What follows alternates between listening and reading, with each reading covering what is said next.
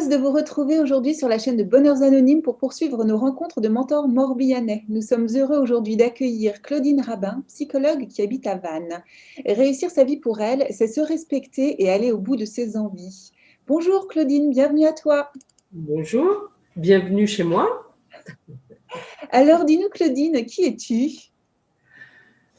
Donc je suis Claudine Rabin. Je suis à Vannes depuis 2001. Je suis psychologue et j'ai eu des expériences professionnelles diverses et variées parce que j'ai été nantaise au départ et après je me suis baladée. On va dire, j'ai vécu dans d'autres villes et donc euh, ça m'a permis d'avoir des expériences autant en tant que psychologue du travail en entreprise, euh, pour les ressources humaines, comme consultante. Et puis ensuite, j'ai travaillé à l'université aussi, à Vannes.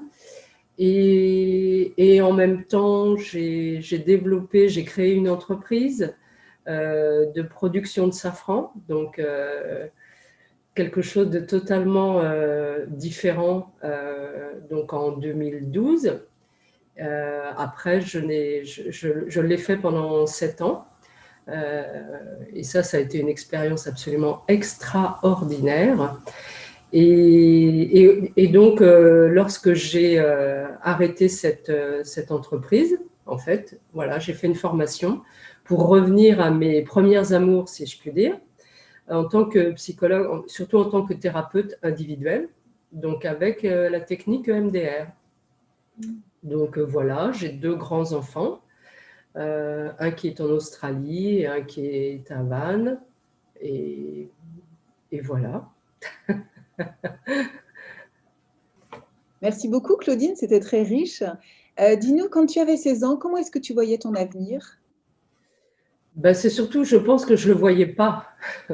En fait, l'avenir, c'était un peu demain, la semaine prochaine. Et puis, c'était surtout, je pense, rythmé par le rythme justement scolaire. Après, c'était juste profiter des amis, être un peu titillé par le fait de trouver un garçon, voilà. Les plaisirs, quoi, en règle générale. C'était ça mon avenir. Tu vivais au jour le jour, hein.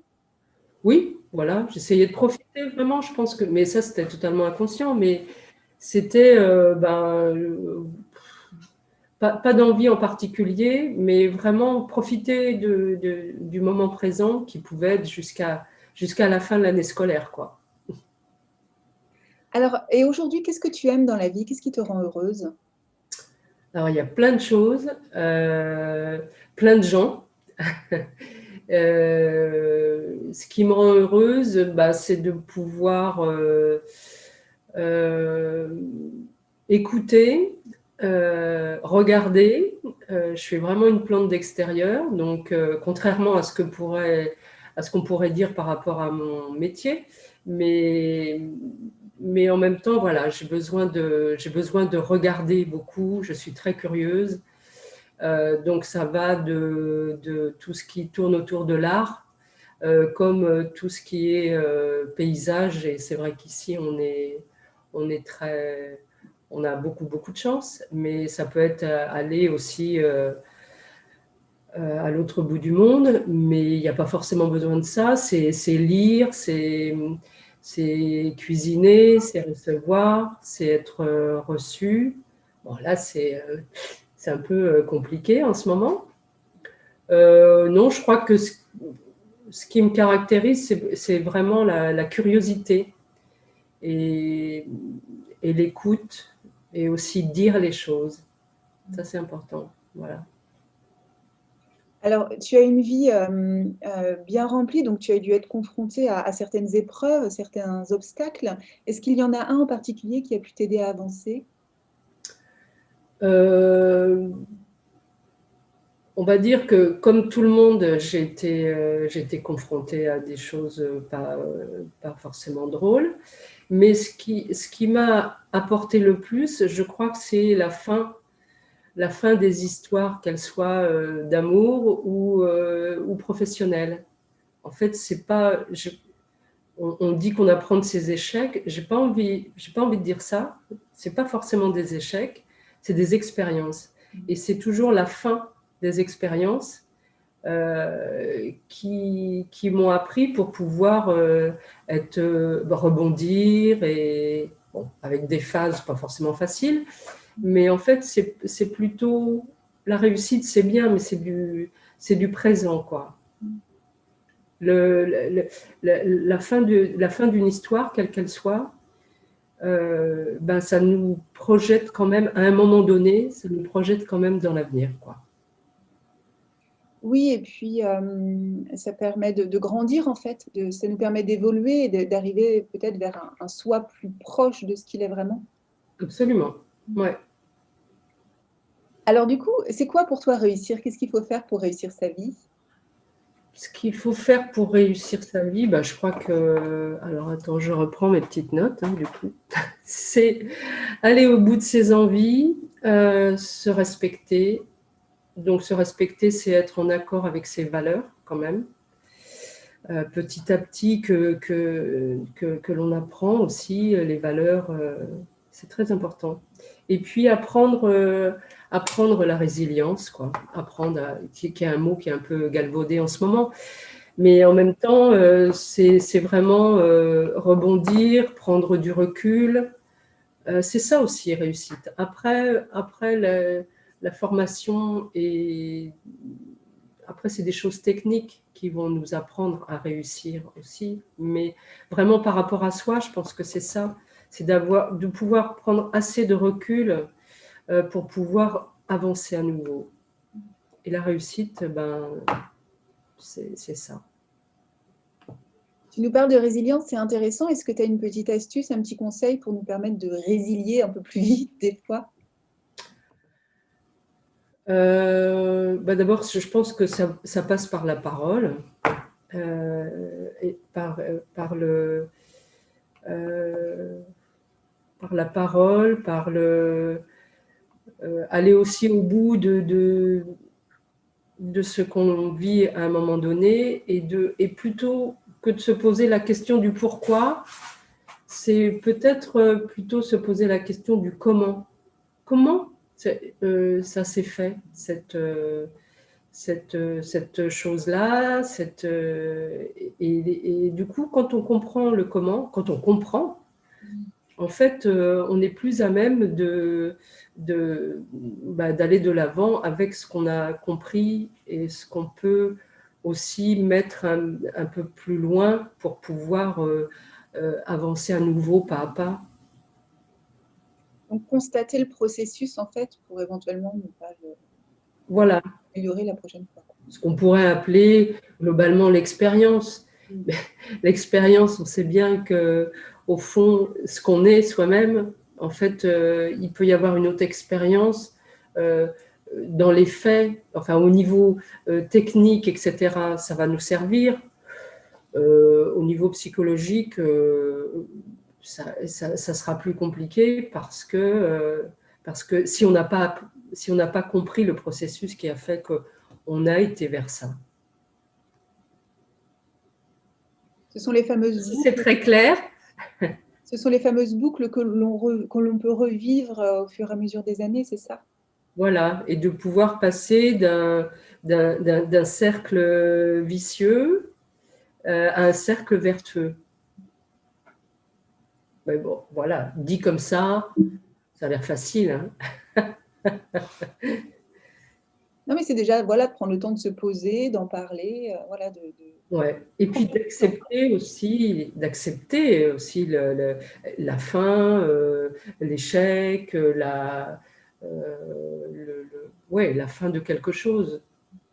L'accepter totalement. la fin d'un cycle. Oui. Alors, dis-nous là, donc tu travailles, tu accompagnes des personnes dans leur Dans leur processus justement d'évolution, qu'est-ce que ça te procure le fait d'aider tous ces gens dans ton métier de psychologue? Qu'est-ce que ça te fait intérieurement, toi? Et ben, en fait, ça me plaît beaucoup, en fait, parce que je peux constater que en fait, ce qui me plaît, c'est de pouvoir aider les gens, surtout à voir que même dans, dans des expériences absolument dramatiques, en fait, ils ont quand même toujours développé des, des modes de survie dans un premier temps, et ensuite, qu'en fait, ils ont des ressources. Et que voilà, moi, ce qui m'intéresse, c'est quand je vois que je leur ai permis de trouver ces ressources-là. Et qu'après, le chemin, je peux les aider par la technique et par l'écoute, évidemment, et leur envoyer des choses, mais que c'est eux qui ont toutes les ressources, les compétences et les capacités. Même dans les cas les plus durs, et Dieu sait si... Enfin, Dieu sait. Et voilà, il y a des cas absolument terribles. Donc, voilà, c'est un vrai bonheur pour moi, mais vraiment, quoi. Je le sens dans mes tripes. Quand je vois l'évolution de la personne, à partir du moment où elle est venue la première fois, et des fois de façon assez courte, et des fois de façon beaucoup plus longue, de voir jusqu'où elle peut aller, quoi. Là, justement, de pouvoir envisager des choses très concrètes dans sa vie, quoi. Ça peut être réussir un tout petit projet, ou, euh, ou alors réussir un changement de vie total. Euh, et ça, c'est extraordinaire. Et quand tu ressens ce bonheur-là, j'imagine que tu as le sentiment de réussir ta vie, que tu te sens à ta place. Ça en fait partie, ouais. Il n'y a pas que ça, parce qu'il évidemment, faut avoir assez de recul pour pas en faire sa vie aussi. En tant que thérapeute, hein, c'est pas ma vie. C'est une réussite professionnelle. Réussir sa vie, c'est beaucoup plus large. C'est-à-dire que c'est la réussite quand je vois mes enfants, quand, quand je vois mes amis, quand je peux partager, quand je peux aller voir des expos, quand je peux partager des films, des soirées, etc. Enfin, voilà, ça aussi, ça fait partie de la réussite de ma vie. Est-ce qu'on peut dire que c'est un tiers, vie familiale, vie professionnelle, vie personnelle? Oui, alors ça peut évoluer en fonction d'abord de l'âge, et puis de la vie que l'on a. C'est-à-dire qu'il y a certains moments donnés, on va dire que peut-être que quand on s'engage au début de sa vie, après ses études, ou quand on s'engage à un niveau professionnel, c'est plus d'un tiers le plus souvent, hein. C'est beaucoup plus d'un tiers, c'est-à-dire c'est... alors des fois avec bonheur, des fois avec souffrance, hein. Mais donc ça peut être moitié-moitié, vie perso, vie professionnelle. Je vais dire qu'aujourd'hui, pour moi, c'est ça, oui. Euh, mais j'aimerais bien revenir à quelque chose enfin voilà, où ce soit moitié-moitié. Un tiers, un tiers, un tiers. Il manque quelque chose, il manque Ouais, le... il y a encore quelque chose qui manque. Hmm. Donc voilà, à suivre. Mais j'ai besoin enfin voilà, j'ai besoin de m'engager. L'engagement, tiens, ça c'est vraiment un mot qui est très très important. J'ai besoin de m'engager vraiment seul, ou bon, pas beaucoup seul, mais avec l'aide des autres. J'ai besoin de m'engager dans des défis, dans des choses à faire, quoi, à faire. Alors, quelle qualité as-tu pu développer pour cultiver ton bonheur en règle générale?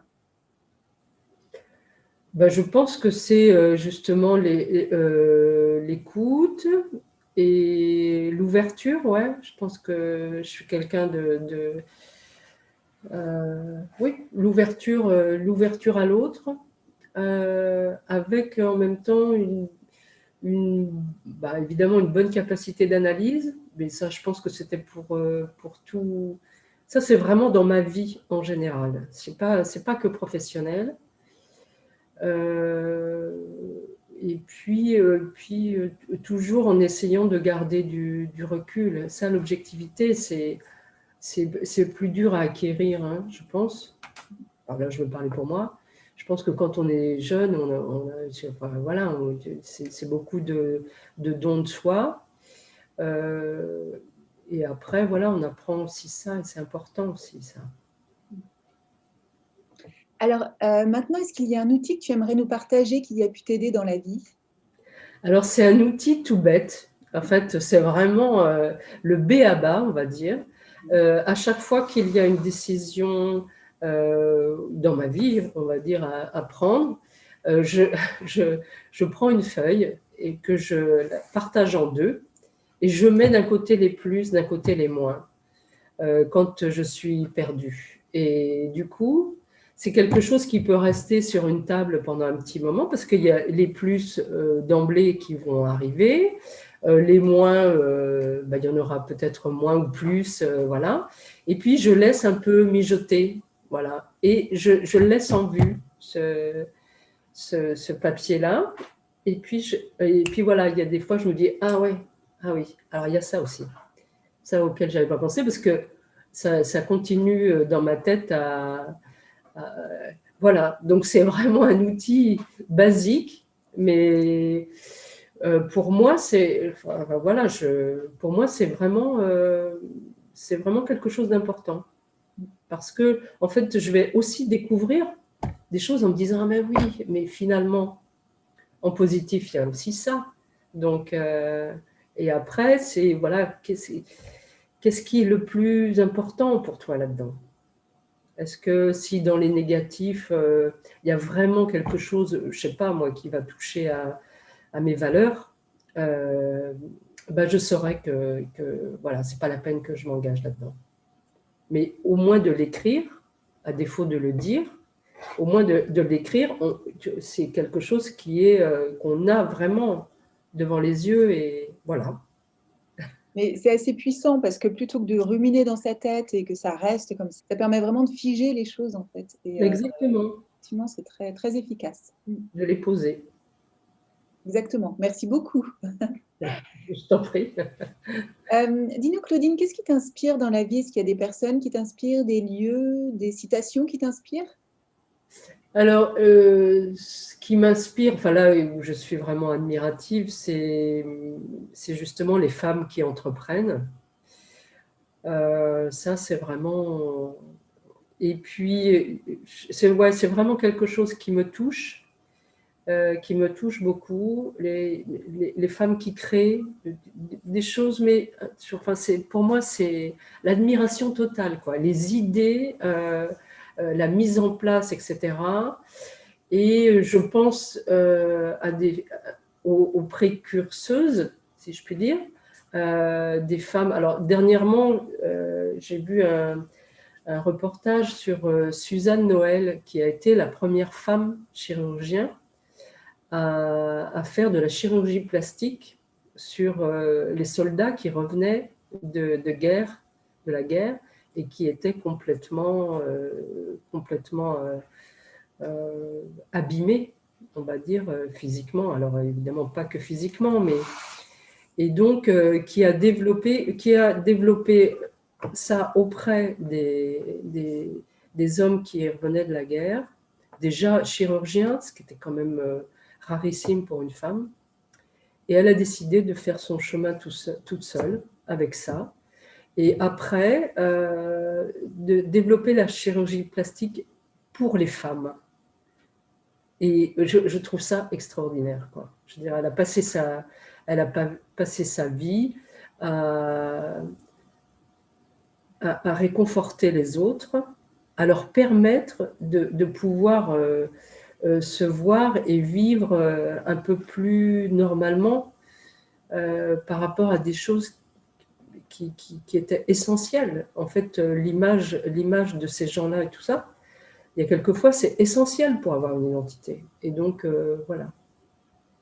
C'est important d'avoir ces exemples, on en a manqué pendant tellement d'années, d'autant plus dans les manuels scolaires d'ailleurs, que de revoir renaître ces légendes, ces femmes-là. Oui, oui, oui. Ouais, ouais, c'est très important. Après, je peux être admirative, voilà, des femmes qui créent actuellement, qui font partie de réseaux, etc. Il y a des fois, il y a des choses, mais là, ça peut être autant des hommes que des femmes, hein. Il y a des créations, on se dit, mais purée, mais comment il a fait ou comment il a fait pour avoir cette idée-là? C'est génial, c'est génial. Voilà. Et Euh, en termes de citation, en fait, depuis, on va dire, euh, au moins, oui, une dizaine d'années, maintenant, je me dis souvent, tu, tu dis ce que tu vas faire, mais maintenant, tu fais ce que tu as dit. Voilà. Et ça, c'est vraiment une phrase pour laquelle je me suis rendu compte que, ben voilà, quand j'étais plus jeune et tout ça, je disais ce que j'allais faire. Bon, voilà. Après, faire ce que j'avais dit, des fois il y avait des prémices, des fois j'allais, mais j'allais pas forcément au bout. Et maintenant, ben voilà, oui, depuis à peu près une dizaine d'années, ben, c'est vraiment, vas-y quoi. Quoi qu'il arrive, vas-y. C'est vraiment important. Et puis, il y a un titre de bouquin qui m'a toujours parlé depuis que je l'ai lu, c'est Et que le vaste monde poursuive sa course folle.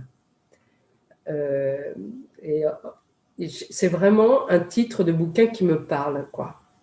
C'est-à-dire que on peut prendre en compte l'extérieur et le monde, mais on peut aussi se dire, moi, je fais, voilà, ce que j'ai besoin de faire, ce que j'ai envie de faire, en respectant mon entourage, etc. Et puis, le reste, basta. Je vais pas. Et que le vaste monde poursuive sa course folle. Je trouve ça. Voilà, c'est vraiment une phrase qui me parle. Alors c'est génial, c'est une parfaite transition parce que justement tu vibres dans tes activités, tu fais les choses avec passion, tu es entreprenante. Et justement la question ça aurait été quel conseil donnerais-tu à quelqu'un qui souhaite oser comme toi tu le fais? Et donc effectivement là tu nous parles de laisser l'extérieur de côté, donc de penser à soi, c'est ça, de penser d'abord à nos propres besoins? Alors, c'est penser à nos propres besoins. Alors, pour quelqu'un qui veut créer, euh, en fait, moi, vraiment, ça m'a servi, c'est-à-dire de regarder l'expérience des autres. C'est-à-dire, dans tous les cas, même si le projet, il faut le penser, il faut le poser, il faut la création, c'est très personnel. Il faut jamais, il faut vraiment se former d'abord s'il y a besoin, euh, et vraiment aller voir ce que les autres font. Hein, on n'a pas inventé l'eau chaude. Donc, il y a toujours des gens qui ont fait quelque chose d'un peu ressemblant, même sur la création d'une structure en elle-même. Ce n'est pas forcément la même activité, mais voilà. Et en fait, moi, autant sur le consulting pour des choses comme la mise en place des 35 heures, etc., autant à l'université sur la mise en place d'un observatoire pour les étudiants pour l'insertion professionnelle, autant, alors encore plus, je vais dire, pour l'entreprise de Safran. Et puis même psychologue. En fait, d'emblée, je suis allée voir des psys qui faisaient le MDR aussi, qui avaient la même formation que moi. Je veux dire, à chaque fois, ça m'a servi, mais voilà, c'est incontournable. C'est vraiment pour se rassurer, pour se dire, OK, ça colle, mon projet, même si c'est sur un truc différent, ça colle. C'est être formé et ne pas rester seul. Voilà. Oui, c'est forcément très inspirant de voir ce qui se passe sur le corps de métier qu'on veut approcher. Et c'est source de créativité, même pour disrupter après, pour réussir à faire quelque chose de différent ou de mieux. Mais il faut Bien sûr. d'abord se baser sur ce qui existe déjà. Oui, tout à fait. Ouais. Ok. Dis-nous, Claudine, est-ce qu'il y a une habitude quotidienne qui te personnalise? Alors après, c'est des choses toutes bêtes, hein. Ce que j'ai trouvé anecdotique et rigolo, c'est que depuis que j'habite cet appartement-là, en fait, tous les matins, quand je descends pour aller chercher ma voiture, en fait, comme on dit dans la chanson, je dis bonjour à la vieille dame. C'est-à-dire que je dis bonjour à ma voisine d'en dessous, qui vit seule, elle me dit que c'est un vrai bonheur pour elle le matin, parce que j'ai pris cette habitude-là spontanément. Je lui dis bonjour et je lui fais un sourire. Voilà, c'est ça. C'est génial! Mais alors, tu frappes à sa porte, donc elle Non, ouvre? non, non, non. C'est-à-dire que le parking, en fait, le parking, son appartement donne sur le parking. Et donc, elle a une baie vitrée. Donc, sa pièce principale, c'est là. Et du coup, comme j'avais emménagé juste avant le confinement, en fait, et que c'est un bâtiment neuf, en fait, on était très peu nombreux. Et donc, je m'étais dit, bah voilà, en fait, je vais aller voir les gens. Et donc, j'ai parlé un petit peu avec cette dame. Et après, voilà, j'ai pris l'habitude, tous les jours, de passer devant chez elle et de lui faire un petit bonjour avec un sourire. Et elle me dit que voilà, pour elle, c'est son bonheur. Et ben, c'est extra. Voilà. Non, mais c'est génial. Mais si tout le monde pouvait faire ça, ce serait superbe. Ben ouais, bah oui. Après c'est par rapport à elle, mais ouais, je pense que Non, bravo. Ah, si, c'est si, bien. si, c'est important. C'est bien, mais c'est important pour elle, en fait. Et puis moi, c'était important au départ de voir si cette personne, elle n'était pas isolée. Parce que du coup, voilà. Bah, surtout en ce moment, surtout cette année. Oui, exactement. Alors, dis-nous, Claudine, quelle est la plus belle chose que tu aies pu faire, découvrir ou partager dans ta vie? Alors, la plus belle chose que j'ai faite, c'est mes enfants. Euh, Au niveau professionnel, c'est vraiment l'entreprise de Safran. Je pense que c'est le plus. Ouais, c'est vraiment la plus extraordinaire. Et puis, c'était quoi le reste de la question? Faire ou découvrir ou partager? Ah bah, faire, découvrir et partager, oui, c'est un peu tout. C'est-à-dire que, mais, et puis je rajouterais faire découvrir, partager et puis aimer. Je pense que l'amour est essentiel, essentiel. Et, et dans ces cas-là, avec l'amour, alors l'amour, on peut faire, partager, découvrir. La boucle est bouclée. Voilà. Alors, quel conseil donnerais-tu à un jeune de 16 ans?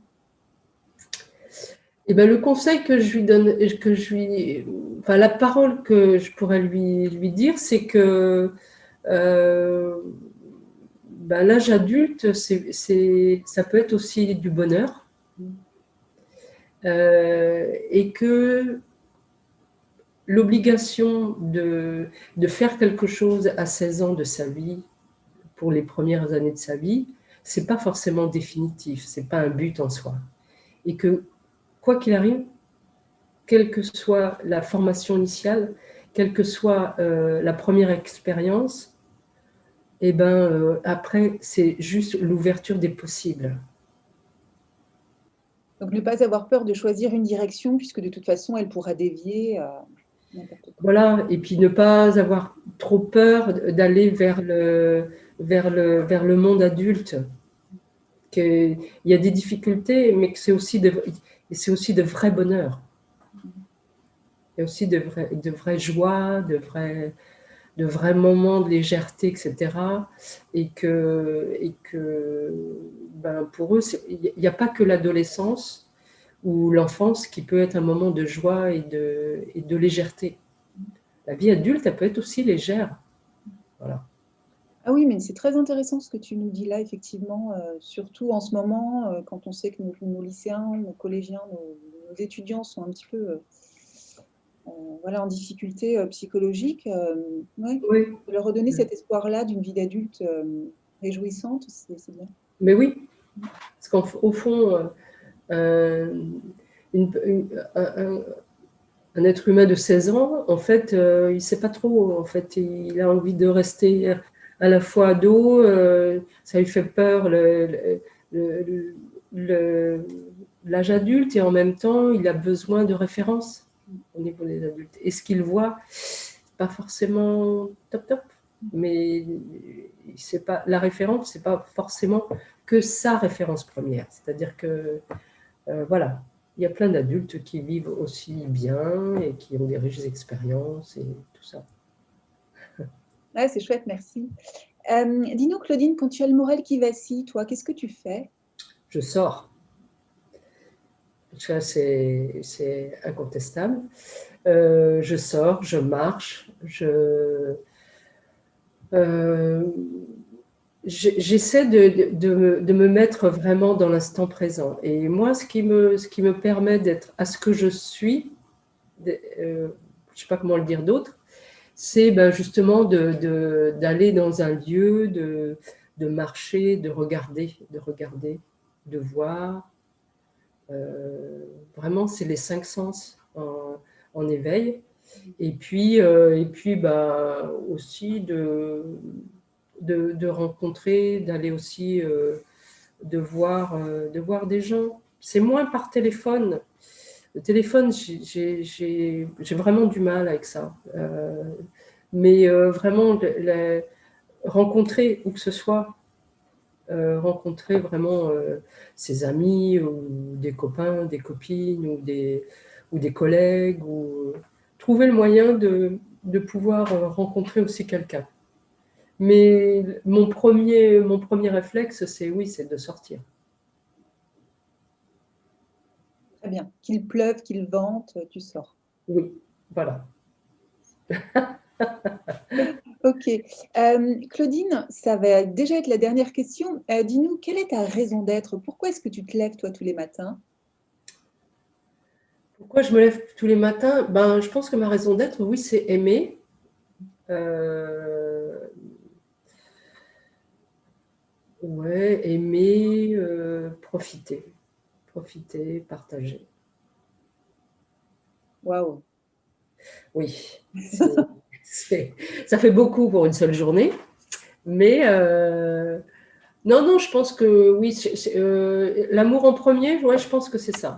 Ouais, vraiment. Après, on est capable de tout. Ah, c'est beau. Non, parfait. Moi, je m'arrête là. C'est parfait. J'ai tout ce qu'il me faut pour la journée. Merci, Claudine. Est-ce que tu as un extrait de livre que tu as envie de nous lire ou une œuvre visuelle que tu as envie de nous présenter?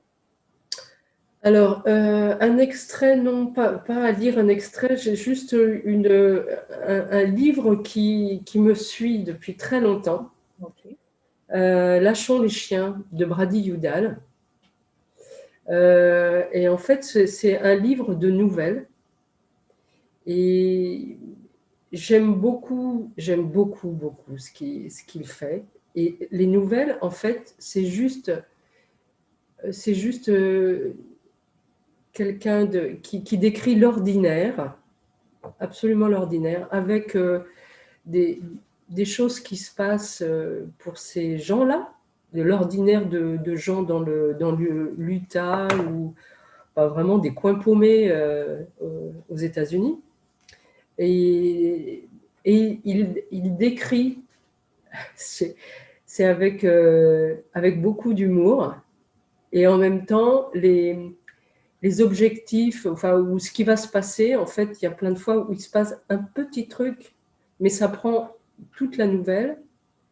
Et moi, je trouve ça extraordinaire. C'est à la fois, il écrit de façon très humble, euh, très gaie, et en fait, c'est aussi des nouvelles où ça passe beaucoup par le visuel. C'est-à-dire qu'il décrit vraiment les gens comme on les voit dans les films de cow-boys, quoi, et qui sont au pied de leur station essence, vraiment l'image d'Épinal, quoi, la station essence paumée sur la route qui mène nulle part, et qui finalement va se terminer par sa femme qui part avec la voiture et tout ça, et juste la description du bonheur de cet homme, de se rendre compte que c'est encore une journée qui s'est passée, et qu'en fait, son bonheur, il tient là, dans cette voiture, avec sa femme, et son gamin qui rentre en faisant du bruit dans la bagnole, et qui vont partir pour faire les courses pour le dîner du soir. Moi, je trouve ça extraordinaire. Donc, c'est vraiment... ouais, ça me parle beaucoup. Et je me dis, voilà. L'humilité aussi, c'est quelque chose d'important, quoi. De regarder, de vraiment se dire, arrête-toi là, regarde, dehors là, regarde ce qui se passe. C'est quand même incroyable.